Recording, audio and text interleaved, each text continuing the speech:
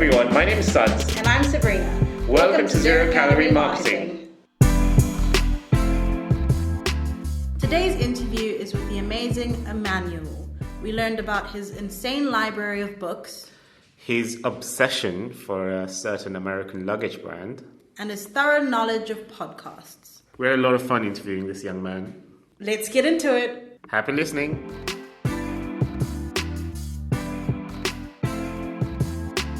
Hi. Hey, we've got a whole load of questions. We did a lot of research. I was telling him, I was like, I've been stalking. He was like, why have you been clicking on my LinkedIn so much? I was like, I was stalking you. I was like, what? Now we're going to go into some of the, sort of get to know you. Yeah. Who are you? Who is Emmanuel? Yeah.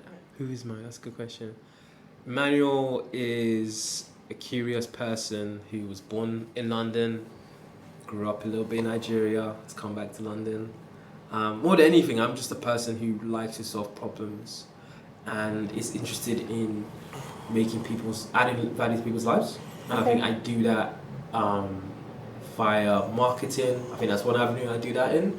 But for me, it's just being curious about what people are up to, what new things are happening. And that's carried me through whatever I've done in my life, essentially. That's pretty much me in a nutshell. Yeah. Okay. So tell us a bit more about what you do specifically and what you've been involved in. Cool. What I do? So my day job.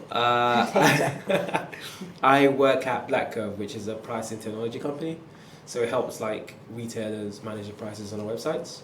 And you might be thinking, who the heck gives a damn about pricing?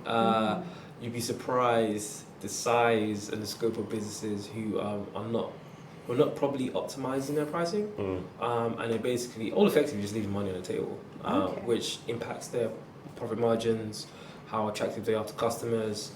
And the crazy thing is, at Black Curve, I joined when I was employee number 3. Yeah. Wow. So been there from the very start of the whole journey up until now. So now we're about like 15 people. Wow. We've raised £2 million in venture capital. So being at the very start of a company all the way through has been really fascinating and definitely learned a lot of lessons and what not to do and what to do more than anything. So yeah, that's my day job. Honestly, I do all the marketing there, so like all the branding, the positioning, the messaging, all the marketing campaigns that I've done there. So pretty much that's what I tend to do at Black Cup, yeah. That's great. So you've pretty much sort of grown with the company. Like we were looking at your background, like you've started as a junior, but then you went into more senior positions. How is that?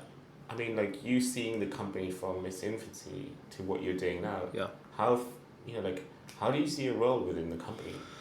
Ever changing. I think I was fortunate enough to seek out people who've gone through that journey before in terms of that transformation. And one of my mentors, she used to work, but actually I'm a shout out. Bailey Kershaw, I call her the queen of fintech, to be honest with you, because she worked at Market Invoice and she worked at Monzo. And she's doing great things with a new company ventures she's working on right now. And she basically told me, like, you need to be careful of like employee company fit. And what that means, because I think a lot of people are used to the whole product market fit ideology essentially. Employee company fit is you have to be self-aware enough to know, is your skill set suited for the very early stage of a company? And you can grow all the way through that? Or are you better situated when a company is at Series A, Series B, or is it IPO? Oh, wow. Because I know from my own work experience, work history, I do not work well in a massive corporation. It's just the politics, and I have to talk to 15 people to get a decision made will drive me insane. Yeah. My skill set is more suited towards the early journey of a company. Sure. So knowing that I was self-aware enough to ask those questions and to figure out, okay, cool, I'm more situated to early stage of a company. That got me into the mindset of having to always adapt, always be ahead of the curve when it came to how the business is changing. Sure. So it's just a lot of like learning and like really understanding what previous people have gone through as a company changes, because you have to adapt and grow as a company as well, to be honest with you. Yeah.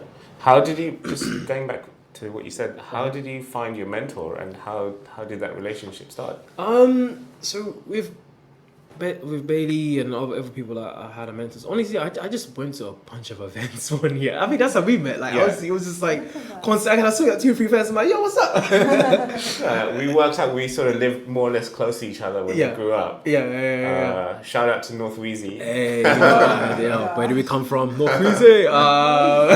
That's a deep cut. What was I gonna say? The mental relationship. Yeah. Like, so for me, I went to a hackathon. Then I met Bailey. And then we just kept in contact. And then she went for a couple of lunches one time. And I just asked her just honest questions. And I know people find it, I have to have a mentor. But I think sometimes it's a case of like, what value can you bring to them? And even if it's just, I don't know, sometimes the mentor-mentee relationship is that one person's very experienced. You kind of just have to show enthusiasm, curiosity, and also be proactive as well. Yeah. Like if they recommend you stuff or recommend you books to digest and really go over, just do that. Just take on the information and the resources they do provide and apply that, and just be curious and like update them on your progress as well. That's why I think I've managed my relationships with mentors before I even got into a startup as well. And then obviously as I've deepened myself in the startup ecosystem, it's just keeping them abreast of what's going on, what I'm doing, and also me asking them what's going on in their lives as well. Just really caring. I think that's how you build a solid relationship with a mentor. Wow. Because a lot of people, it takes someone who's got a very humble attitude to go to someone and say, please teach me or please help me. What happened in terms of like, how did that mindset change for you from going about your work and then thinking, I need outside help, or I need external kind of, how did that journey happen? For me, it's like, I'm gonna bring a sports analogy. It's basically like you have different coaches on your team. Like you could be a contributing player to your team, whether it's football, basketball, whatever.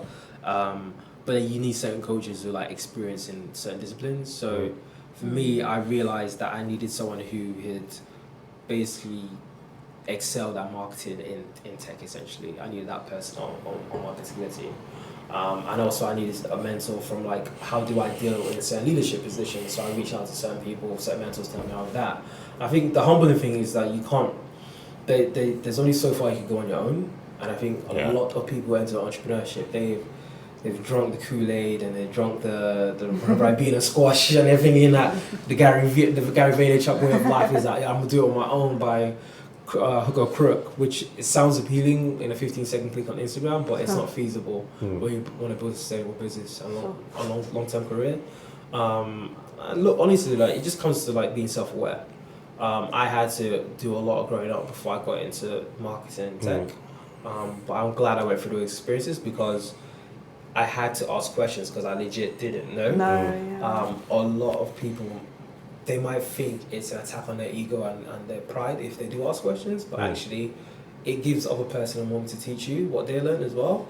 And that's how you get those little shortcuts that are able to you to excel. But that's the thing that people are not necessarily taught, is that if you actually leverage off people's experiences, that can help you make decisions a lot quicker and make the decisions from a little bit more sound place rather than just, oh, wow, I'm just going to do it my way in the highway, essentially. Cool. Yeah, 100%. Before Black Curve, you had a few other roles. Without naming and shaming any businesses, could you tell us your good experiences and also bad experiences, how what that's taught you in your current, not just your role within Black Curve, but also the things that you're doing outside, like the venturing company that you've got involvement in, and also it's a good bad. So I always like start with the bad first. Let's just get the bad out of the way. End on a happy note. I think the bad experiences I had is that I just didn't know my own worth. I think early on in my marketing career, while I was trying to get into marketing, I thought just being there was good enough. I think that it happens with every young person trying to break into the industry. You just want to get in so much, but then sometimes you're blinded and people do take advantage of you, and you're too naive. So that's why it's good to have. Actually, I'll get to the good part, but let's talk about the bad part. So, like, I've been in workplaces where it's quite clearly a lot of nepotism was in place. Like, you couldn't get ahead unless you actually legit married into the family that owned the company. Oh, wow. So that was interesting. I'm 25. I'm not trying to get married anytime soon. So let's park that idea. So there's that, and there's other stuff around not being transparent. There's one particular company I worked at, funny enough. One of my friends at this company, he asked for a pay rise, which is legit. He'd been there for a couple of years, and it kicked off this whole internal debate. And basically, 2 hours after his pay rise was authorized, everyone got emails saying no one's getting a pay rise to the end of the year. And I'm like, why don't you just? That should be a teaching moment for the company to say, okay, here's our policy. Let's reaffirm it. Talk to your line manager. Let's have a dialogue. There wasn't. It's basically they shut down this whole situation. He's the only person that's going to get a particular pay rise, and that's that. And for me, if I'm putting my heart and soul into a business and trying to learn stuff outside of work, trying to improve my skill set, and you're not going to talk about the basic reason why I'm here, it's like I'm not going to be committed long term. And that and I've made other reasons why I eventually did leave. So I think it's just like getting into situations which probably didn't benefit me in the short term. But the good thing though is that those experiences taught me how to evaluate opportunities. And that's why I'm a stickler on just being transparent, be honest with people. If you want to have a serious conversation about stuff, you can have it. But, and also just fostering a culture where people could bring their best selves to work is something that I definitely take to heart, because I've worked in places where that wasn't the norm. And it's dreadful because everyone comes into work, you work with great people, but the structure, the company infrastructure that company's built on is just terrible. And that's not something that's great to come to spend 40 hours of your week on, essentially. I mean, I'm not saying you're going to leave your current company one day, but don't worry, back up, guys. But what I want to ask you is, like, if you will eventually set up something on your own. I know that. You probably right? Yeah. How is your company going to look like? What are the kind of things that you're going to extol to your troops? Yeah, I think some of that is happening at CGV, purely because, I think it's just it's a great environment where people can bring their best self to work, and they don't feel like you have to like have this front.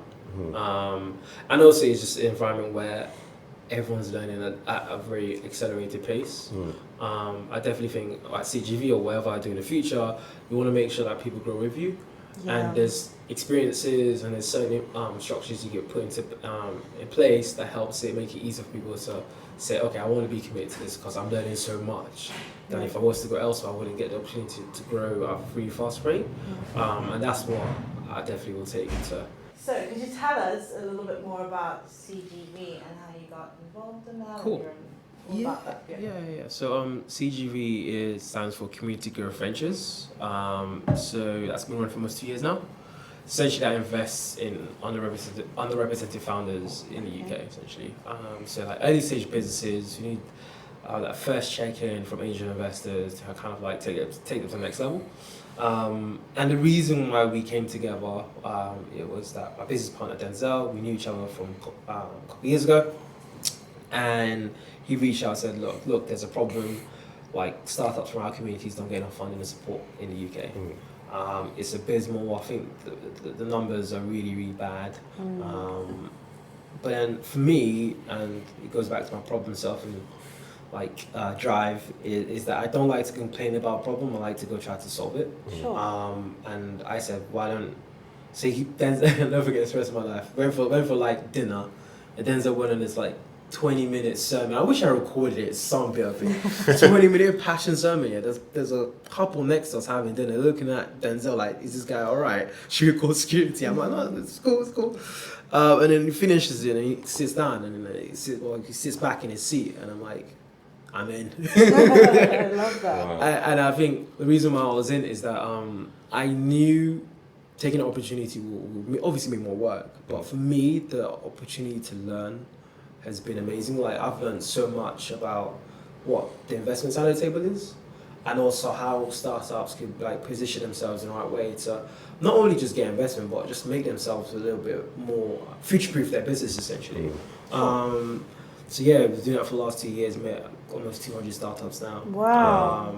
And we invested in one, Afrocentrics, last year, October. So it's going good. Got some future plans which are really interesting and scary, but we'll probably get into those in a little while. But honestly, for me, it's just learning how how to build a team. So with CGV, we've got myself. I do marketing, planning, positioning, all that good stuff for the startups we work with. Denzel's operations and financial modeling. Abby, she is our tech wizard, so she's a full stack developer.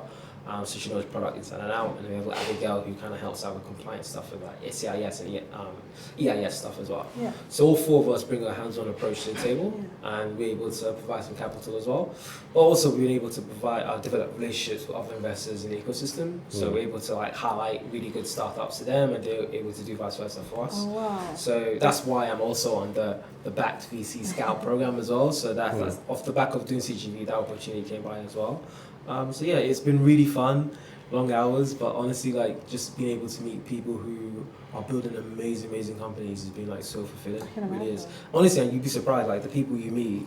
That we have this form on our website, and people fit in, and you think, okay, you have an idea of what that company might be, but when you sit down with them, you're like, what the heck, that person's amazing. And funny enough, the company we invested in, both the founders, Rachel and Joycelyn, like they, as soon as they left the meeting room, I turned to my Abby and Denzel at the time. I said, I don't care what they do, I'm in. And it's interesting to see like that particular company, Afrocentrics. They've gone on to win they won a WeWork London Award, and I think they placed third in the WeWork Global Creator Award beginning part of this year. And they've done some really cool things with their brand and reaching new customers and growing a team. So it's funny that I've known of about since January last year, and like just to see their own growth as well has been crazy in the short span. So incredible. I see you very much. Nice. Yeah. And obviously it's starting out small now, but you're exponentially going to grow it to other parts and It's we've got a good team in place now, and the growth element is definitely what we're tackling right now. So that's your thing, growth. Yeah, it really much is in the job We're title. gonna get more. Exactly. So yeah, honestly, like it's definitely going from strength to strength, and we've got some interesting things in the pipeline. Yeah. It's very exciting. Yeah, congratulations. Okay, let's see. What should we get into? Let's get into some field day-to-day marketing. Yeah. So, in terms of, you mentioned you were employee number 3 within that curve, and then you are growth director. And you obviously keep your ears to the ground, and you meet other people who are doing similar kind of things to you. I mean, for the layman, what is the main difference between a marketing manager and a growth director? Or is this just like an interchangeable term? Yeah, like it depends on your perspective, right? Like from my perspective, like it's interchangeable. But the reason why growth is still positive in the tech ecosystem is that it's about a mindset more than anything. You want someone to come into that position who is thinking about how can we impact every element of the business, and how does every element of the business impact marketing?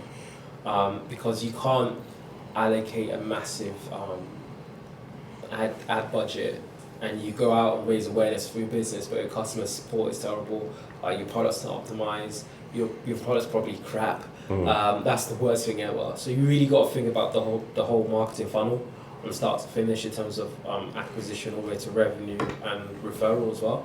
And for me, the reason why I gravitated towards that mindset is because the companies that are doing extremely well are the companies who think everything through. And it's not even just in tech. I mean, when you look at a brand which probably going to buy a lot of their suitcases, actually, it's called, you guys familiar with Away?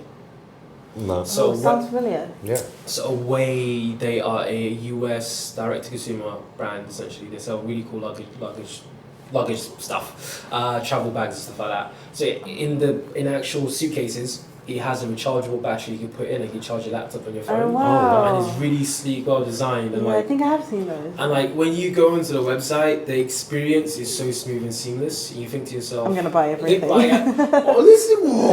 Every payday I'm like, no, let me get off this, man. but they've recently raised $100 million billion valuation, and they're growing really quickly as well. And for me, when you look at companies like that, you can tell that they really thought about the whole customer experience. So being a growth director, marketing director, there's no real difference, but it's just a case of like, how are you really thinking about the whole process? Or are you thinking about the siloed approach to marketing where you say, marketing does this, everyone else does that, or what are you bringing people together and working on projects which actually can take you from, instead of those 1% gains, like that 10, 20, 30% gains that you could do for your company. If you, this is going to, go focusing more on your marketing. If you could go and work for another company, like, I'm not saying you're leaving it. Well, what I'm saying. Spoiler alert. If you could go and work for another company, any company in the world, Put things into your head. what would it be? That's a good question. Or maybe you don't have to name a company, but what kind of company would you like to? It has to be Stripe, man. Like, the reason why I say Stripe is that they must have so much data on like all different manner of companies. And for me, like, I'm a fan of their branding. I found out that what they do from like a messaging perspective as well. The reason why I like Stripe is that they bought a podcast I listen to. It's called Indie Hackers. So they bought that podcast, and the reason why they bought that whole podcast is because they wanted to really ingratiate themselves to the whole indie hacker movement of people who are creating these really cool solutions. And the first default payments service they're using is Stripe. And so it's kind of like it's subliminal marketing. It's like, oh, we bought this podcast which you guys listen to anyway. We might do some ads on the actual podcast itself, which I have done before. So it's kind of like really thinking about the whole ecosystem. And also they do really cool stuff about sometimes they publish books that have gone out of print as well. Oh, wow. And they publish a book I think last year called, I think it's called a High Growth Playbook. And it basically talks about how do you build a company that goes from 0 to like 10,000 employees. And they interviewed quite a lot of fascinating people in Silicon Valley. So they do stuff like that, which is like, it's left field. It's not necessarily something you attach to like a financial tech company, but they're thinking about, if I was to start a business, what would I do? I'll go to this community to go learn, which is in Hackers, or I might need to read some books. I'll go this way. And also I think about how else would I be able to do my payments? I'll go to this big company called Stripe, essentially. So I really like how they do things from a marketing perspective, and the founders are really. I've read their backstory. They're just really cool Irish lads. So. You mentioned reading books, listening to podcasts. How do you keep up with changes to the industry? In your industry, I listen to a lot of podcasts. A lot. Like that's for me. Put in the background and I just work my way through them. I probably in total 30 odd. A week? See, I try to see what happens there. I might fall back by a couple of weeks, but then I catch up. Okay. So I alternate. Catch up on your series. Exactly. Okay, Yeah. So that's why I alternate. And then for me, it's just that there's so much going on. So it's so many industries which I'm fortunate to be a part of. It's like I got the marketing stuff, I got the startup stuff, investor stuff, VC stuff, even just like. What are your top 5 podcasts? Ooh. You can answer carefully. You can check your phone and give us a rundown, man. Because I think that's the kind of thing our listeners would like to learn about. That's a very good question. Don't forget, we should be in there somewhere. Yeah. Absolutely. Zero calorie marketing number 1. Zero calorie marketing, obviously number 1. So what's the new ones? I still love the Joe Rogan podcast. So that's my very first podcast. That still hooks me in. I listen to Acquired. So Acquired is a podcast by 2 people who work in VC, and they break down if a company's been acquired or is IPO'd, breaks down the entire story. So when Uber went public, when Spotify Spotify didn't IPO, Spotify did a direct listing. So they broke down what does that process look like and the reasons why. And it's really fascinating to see how the journey of certain companies was really interesting. Uber's journey on it is really, really interesting. Because the amount of people who came up with that idea with Uber is insane. Insane. So that's, okay, so your guys' podcast, Acquired podcast, what else is there? How I Built This. Okay. How I Built This on NPR is a really good one. It has the way brand I mentioned, Yeah. they have a podcast on that. So that's how I got from That's- there. Okay, sure. And what else is there? Got a bunch of comedy ones. Techish. So Techish is a podcast by Michael Behaim and Abidesi. They're really cool people who work in tech, and they've got a podcast which has a UK spin to things, because I think quite a lot of the tech stuff is more focused, or startup stuff is more focused on the US. So I listen to that podcast. So I got one more, and for fun, I listen to the Bill Simmons podcast. Okay. Just to break it up, because I can't just listen to. You gotta mix it up, yeah. Yeah, and there's a bunch of ones as well, like This Week in Startups, 20 Minute VC, Tim Ferriss Show. What else is there? The one that actually gives me a lot of joy actually is the Watchables podcast. Okay. So it's a podcast where they break down the film and have certain key segments of like, oh, what was the best scene, what was the best line, and they did one recently for. That's a good one. They did one for Gone Girl, and I was like, yo, I didn't really think about that. The film is really deep, really deep. So Yeah. like, oh yeah, so I that's. heard they do that on YouTube as well. I hadn't thought there was a market for that on podcasts. Trust me, I am that market. Listen to all that stuff. Because for me, like ultimately, for me, I'm a person that likes to deconstruct things. Yeah. So whether it's YouTube videos which deconstruct key scenes in a particular Why film, did that happen? Yeah. exactly, and like even like for me, one of my favorite action films is like Heat. And there's a pivotal gun scene that happens in downtown LA, and we're going on a tangent here. But Michael Mann, the director, when they were editing the film, they put in fake gunfire audio into the film, and you realize like, why is this terrible? Yeah. And the director of photography said, oh yeah, like if we put in the actual sound on the day, it's way more insane. And when I watched the film for the first time, I thought, oh, this must be fake. But obviously go on and say, go and research, like, wait, that's actually real. They were in downtown LA, like doing absolute madness, and it just sounds so perfect. But yeah, that's what I tend to do. No, I love that. That's great. Yeah. Okay, so in your opinion, where do you think the marketing industry is going in the next 5-10 years? It's going to be more of this. Do you think so? More podcasts. Interesting. More podcasts. If you notice it over the last year or so, more brands are doing podcasts, more agencies are offering that as a package or as a standalone service for agencies. I know Social Chain, they do. As opposed to visual? No, in conjunction. Okay. In conjunction. So I definitely think there is nowhere, unless there's a new format of channel that comes online in the next 5 to 10 years. There's no. Well, you got streaming. That does play into it. But I think from an audio perspective, I think podcasting is just going to grow even further, even more. Even bloody Love Island did a podcast. I was like, what? So like, it's becoming more mainstream, and honestly, this is the only forum where you get to have an intimate conversation without me having to cut to ad break in 5 seconds and have to get my key selling point or my unique points, and we have to like split screen and argue a political argument. I think now, whether it's politics, music, fashion, business, relationships, this is the best forum for having a detailed conversation, and I think it's just going to become more prevalent around the world. Maybe it's like a balance, like you could say something like Instagram is very shallow, but we're very hungry for that depth, where, Joe Rogan's podcasts are like 3 hours long, 4 hours. or 3-4 hours long, and you really get to know something very detailed about someone or something.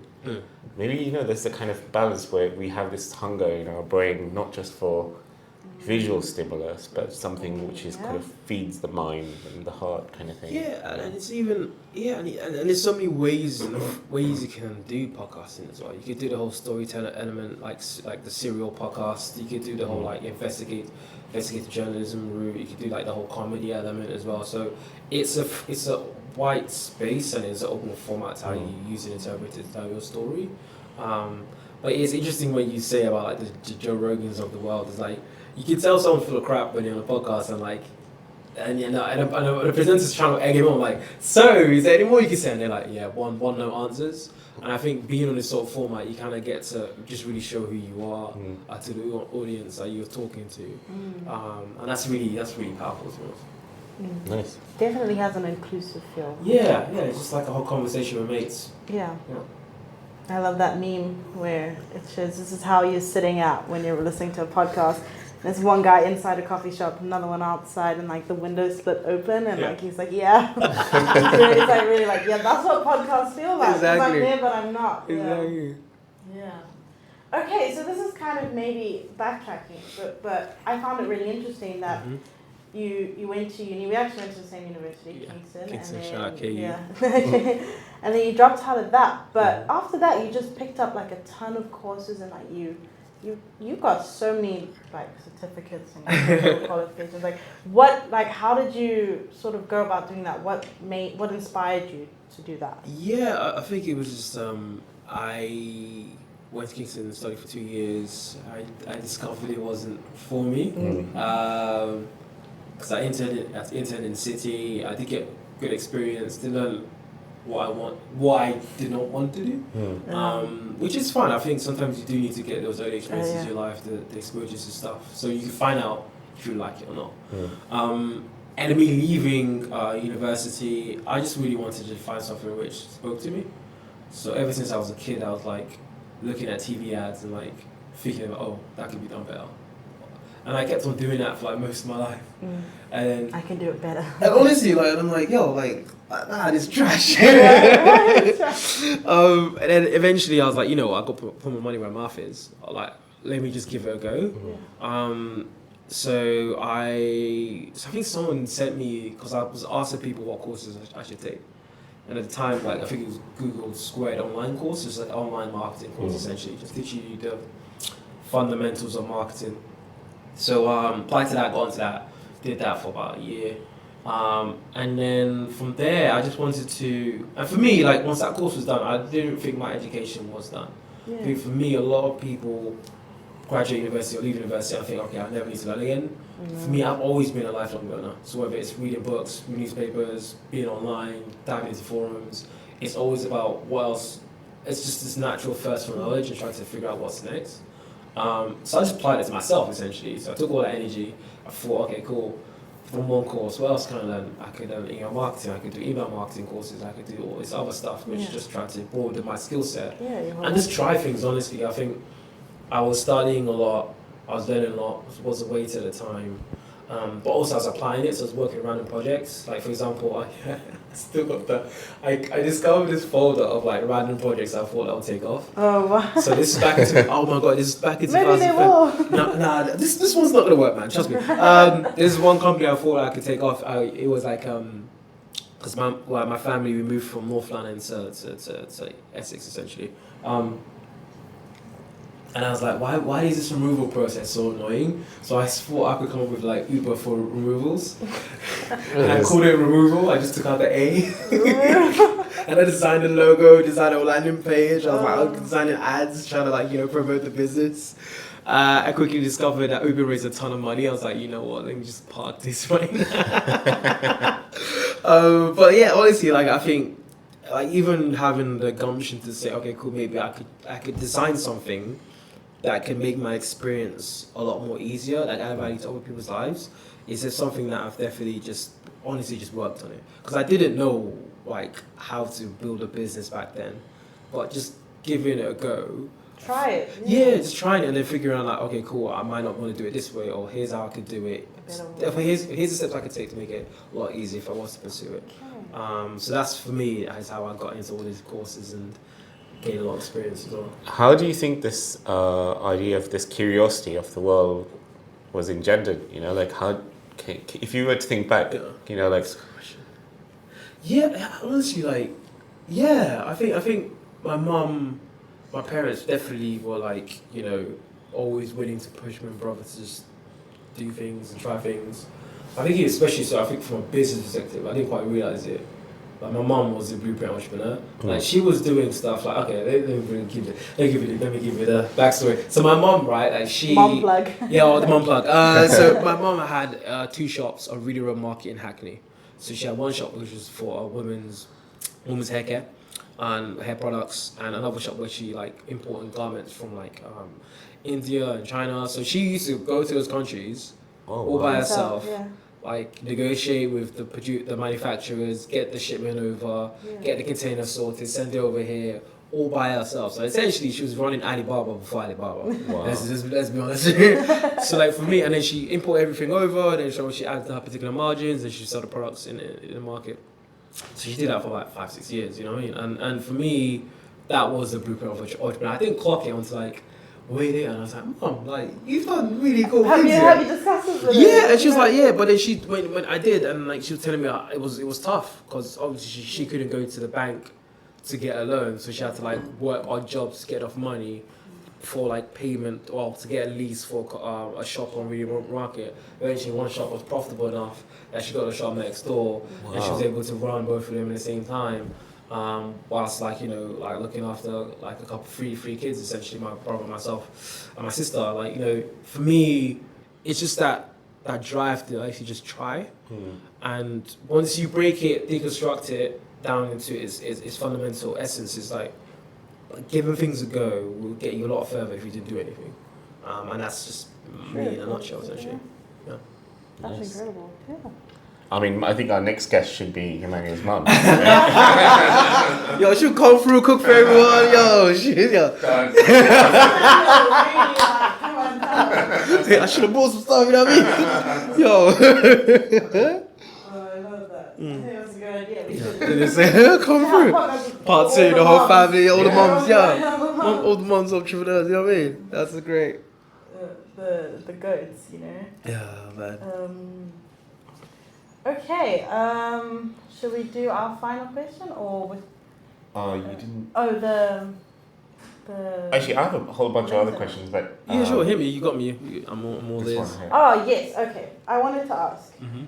What advice would you give to someone starting out in the marketing industry? Like, what would your top 3 tips be, or like something? If someone came to you and asked you, "Listen, I'm starting out. What can you share with me?" What would that 1, 2, 3 thing be? 3 things. 1, do up your LinkedIn profile. Make it as up to date and representative of what you're doing. A little trick which someone taught me, which actually helped me land my job at Black Hat, funny enough, is that even if you haven't completed a course and you're doing it, put it in your CV, put it on your LinkedIn profile, because your LinkedIn profile is a business card nowadays anyway, because it shows you've been proactive. Because if you're trying to break into industry, people will take a chance on you if you're being proactive. If you're not doing anything, or if you are doing something but you're not highlighting it in places where people are going to see you, it's very hard for them to gauge that does this person really care. That's definitely 1. 2, be self-aware. I think the second best book I read in my life, apart from Think and Grow Rich, would be The Obstacles Away. It's by Ryan Holiday. Ryan Holiday. Yeah. That book changed. You know what's funny? He had a contest here to like find people to promote the book, and I emailed him. He emailed back, but he didn't pick me. I still got that email in my folder, like just there. But he's a cool guy. Like that book, Obstacles the Way, is the best book on self-awareness. Especially, it's basically like a lot of stoicism, but it's condensed in a way that's more modern. And that book, I got that book just before I got my first marketing job. Wow. So that gave me the good foundation to realize that, like, you only can control what you can control, and worrying about things that outside of your control doesn't really do anything. But since you can control most things that are happening in your life, you could definitely do things to make your life look better. Sure. So that book was really fundamental for me. So whatever way people need to do to understand this, I'll become more self-aware, I definitely would recommend. And what I mean by, just to tag on to that, is that just knowing like what you're good at and what you're not good at.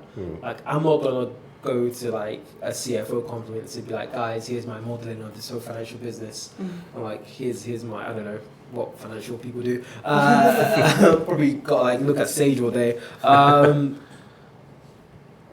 for me, I definitely think playing to your strengths is very key. So yeah, I think read Obstacles Away, be more self-aware. And there was another book. There's another book that I could recommend. It's called Stand Out 2.0. So it's a book, it's 15 pages. It's basically, the first 15 pages tell you what the book is about. Do a quiz. The quiz gives you 2 personality traits, essentially. So I'm the teacher and the advisor.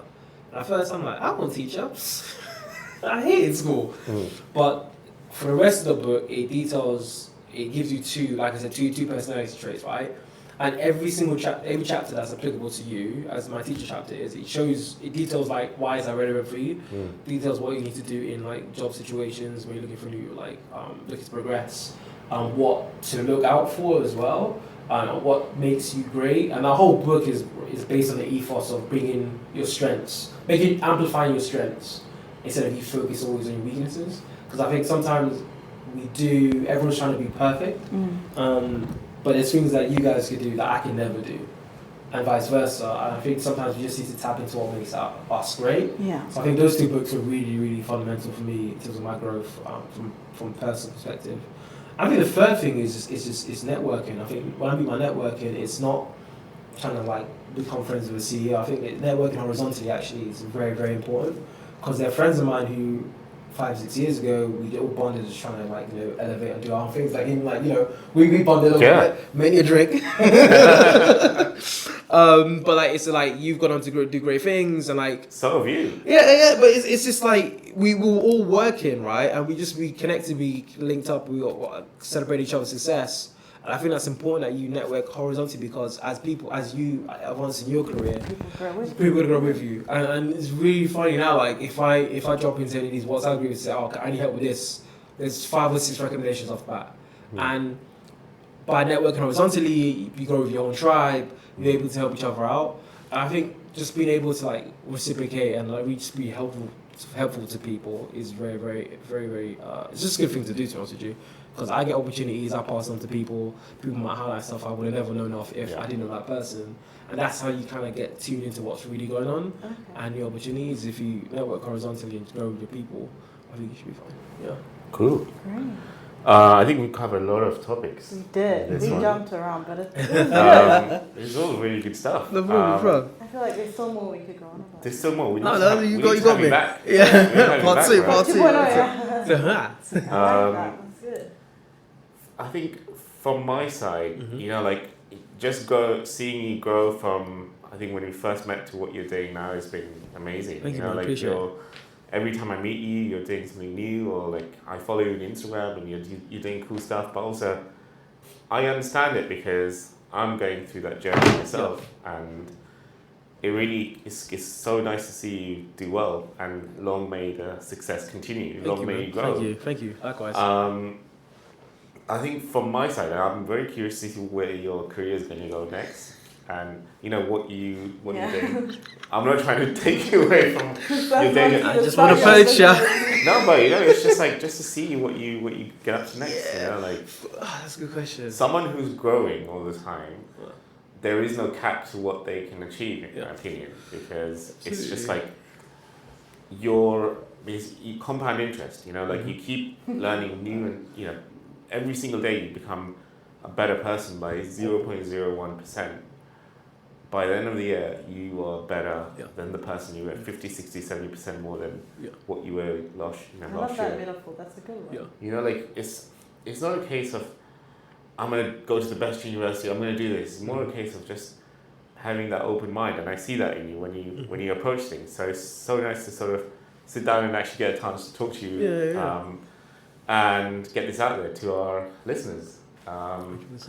Any pieces of advice that you want to leave? Have the last word. If you can afford it, see a therapist. Honestly, best investment I've ever made in my life. Okay. I've been seeing one since the start of the year, and do you know what's interesting is like as you elevate in your career, sometimes you can't bring your problems to other people.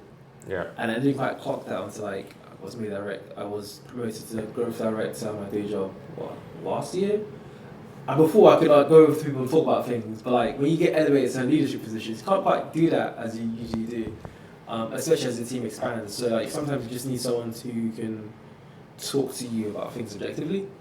And honestly, like my therapist does it. She does this amazing thing. She waited like the last 5 minutes and hits me one question, and literally you'd be like, "Rah, I never thought about that." It's like she literally one time she said, "Oh, how come you haven't really talk about your relationship with ex family member?" I'm like, but I don't want to talk about ex family member.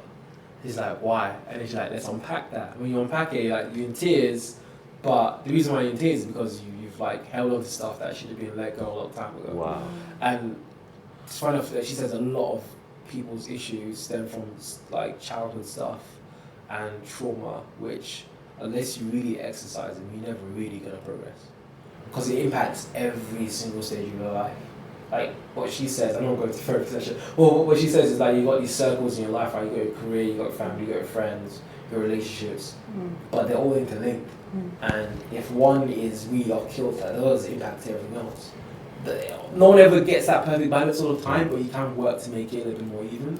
And that's just the stuff that has helped me even more dealing with even more work and more challenges that come up this year. Is just dealing with who is Emmanuel and like how is he doing? Because I'm always open up with people. I'm never really checking on myself. So yeah, I think just going through that journey has been definitely eye-opening. Definitely, if you can, 100% recommend you do it. Man. It's really something you don't think deep. about, but yeah. How can people get hold of you? Yeah, last question. How can we contact you? Contact me. Well, many ways. If you hit Putting it on the ground. Cool.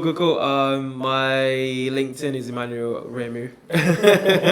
My DMs are open, so hit me up there. But also, if you want to hit me up on my email, you can hit me up at emmanuel.aremu@blackcover.com. I'm pretty willing to help people out. Whatever questions they do have about whether it's marketing stuff, angel investment stuff, hit me up. I'm definitely willing to have a chat about that, essentially. Yeah. Okay, so these are the rapid fire questions, just to break the ice a bit. So, shall we go? All right. Would you rather have your holiday at a beach location or a city break? Oh, nowadays it will be beach. 100%, yeah. Okay. Card or cash? Or card, all day, all day. Summer or winter? I'm a winter baby, but I have to go summer. Yeah. London summer though, or? Well, London hot summer. I'll take that. With that humidity. Yeah, extra humidity. Okay. Pepsi or Coke? I'll Coke all day. Ooh, interesting. Favorite TV show of all time? Have to be The Wire. Oh, good choice. Taught me about a lot about business and people. Really did. Okay. Oh, which Friends character would you be? I hate Friends. Oh. Okay, so that's a no. I really do. It's so overrated in my opinion. No, I got quite. If a rapper could play you in your movie biopic, which rapper would you? It would have to be Will Smith. Will Smith? Yeah, a young Will Smith. A young Will Smith. That's pretty much. Fresh Prince Will Smith? Yeah, Fresh Prince Will I see Smith. it. I think that could work. Yeah, definitely. That'll work for me. Oh, what is the strangest thing you've ever eaten? Oh, okay. Okay, I love that. Okay. Like, I'm trying to think now, like, what the strangest thing I've ever eaten? When you were a kid, like, I had a cockroach when I was a kid. Does that count? Whoa. Like Like, it was. I was. Do you remember what type? Like it was just a little cockroach, and I ate it when I was a kid. Like, not my proudest moment. Whoa. Tasted weird. Definitely tasted weird. That's all right. Okay, what was the last book you read? This man is a good big reader, so. Actually, I've tailed off. I've tailed off. The last book I read, really in depth, was it's a book called The Invested Investor. Oh, okay. It's by a British leading angel investor in the UK. Basically, it gives you the perfect blueprint for you to assess investment opportunities, especially early stage investment opportunities in the UK specifically. There's quite a lot like the venture capitalist and angel investment books are quite US focused. So I went for like it was dinner with the author, and he basically he was there basically talking about his experiences, his trials and tribulations, and like gave me a signed copy of the book. That's quite cool. Eventually finished it. But you do read a lot of books in general. Yeah. That's good. It's my bad habit. I keep buying too many books, man. Oh man, no, that's never a bad habit. No, that's a good habit. Okay, what is the most interesting thing you own? That's a good question. Go on, tell us. Interesting thing I own. It'll have to be my books, man. I have to go back to my books. Honestly, like I don't really have that many material things. Okay, Like for that's me, fine. it's about the experiences you have with people. Cool. So like if you were to say what have I spent most of my money on, is like going to concerts with people, or my friends and family and stuff like that. Oh, really? But like actual tangible things would just be like Books, I too many books, man. Too many books. No, that's quite cool. Okay. What is your most used app on your phone? And I know you can check that. You can check that. Verify. You can verify that one. Go to your settings. For this podcast, it'll have to be my emails because I'm always in my emails. That's what we'll say. Instagram. It's so nowadays. Obviously, everyone, if you're on Apple, you get the weekly update that says how long you've using these particular apps. It's so depressing. I'm like, why am I on there all the time? But yeah. No, I know what you mean. What was one of the most spontaneous things you've ever done? I booked a holiday to Berlin. So my first ever solo trip as well. Nice. So I went to Berlin. It was what year? It was 2016. So just like for 3 days, honestly, best trip of my life because it just really took myself out of my comfort zone. Yeah. And met really good friends. Actually, someone I met at my hostel. Still, she's my best friend now. Actually. Oh, so wow. so really just booking a trip, going on my own, and just getting comfortable, just being outside of my comfort zone is what I learned from. That's great. That's such an experience. Yeah, that's why I love this guy, honestly. Okay, what do you do outside of work? And you can't say work. Define work. Well, what do I do outside of work? I used to do a lot more. I've kind of tapered off since last time we spoke. Honestly, so outside of work, it's a mixture of either doing marketing workshops, or like I'm mentoring people, or what's taking up more of my time actually is angel investing. Yeah. Okay. So it's me and 3 other business partners who came together to create an angel investment firm called Community Ventures. Yeah. So I know, I'm going to go into that. I know your pricey, your notes over there, perhaps ready to go. So literally for the last almost 2 years now, I've just been really focused on growing that and building that essentially. So that's taking most of my time outside of work. Yeah. Okay, should we do the last one or second last one before we do our special one? In one sentence, how would you sum up the internet? The internet is a tool that could be used for good or for bad. Oh, I like that. That's quite true. Okay. Actually, I'll go one. That one. Yeah. Go deep. What is your proudest achievement to date? Oh, that's quite cute. I like that.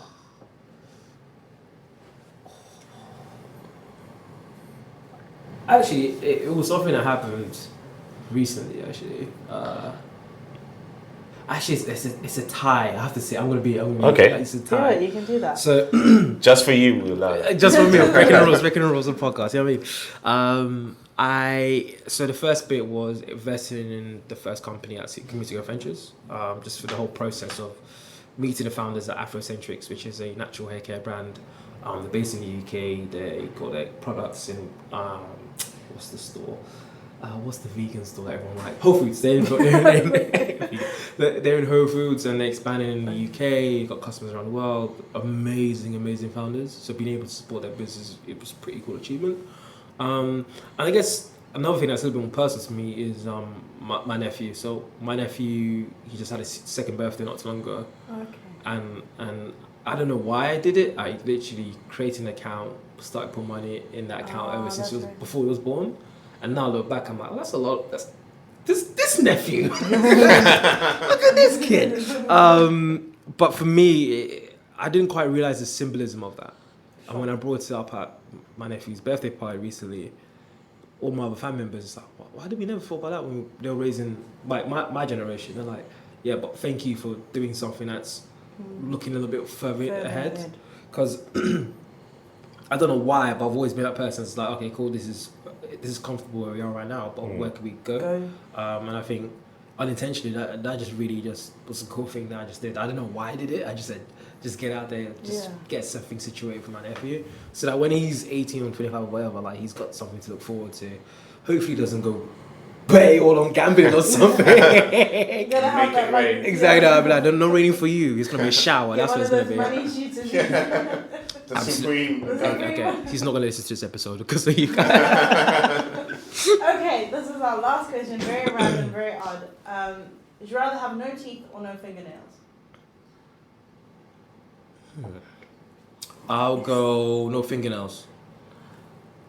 Because you could just get like some really cool custom-made gloves made, and then you're fine. And you don't really need fingernails.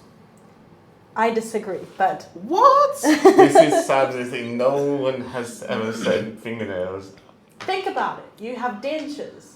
Dentures, they like put them to your mouth. They look so real. Yeah. What do you have to replace not gonna fingernails? But you work. could tell when people get dentures, though. That's the thing. But how many things do you scratch and do you need your nails for? To like, no? All my nails are all gone. Imagine someone asking, can you scratch my back? And it's just... I'll grab a pencil. Scratch Or spatula. Like, where's that scratch? She's great. She's No, good. maybe a bit too much. I'm going to give you £50 if someone says nails. I'm going to That, watch. you're a witness. I am a witness Okay. for this. You're a I'll sign a witness. Just for contract. the first season. Because Wow. See, this is why he's in business. How many people are we Smart. talking about? Oh, we're gonna have we're gonna talk about this. Because once they listen, then they'll know, right? No. So. Okay, I see how it is. And that's a wrap. Be sure to check out some of our other episodes. Thanks for listening.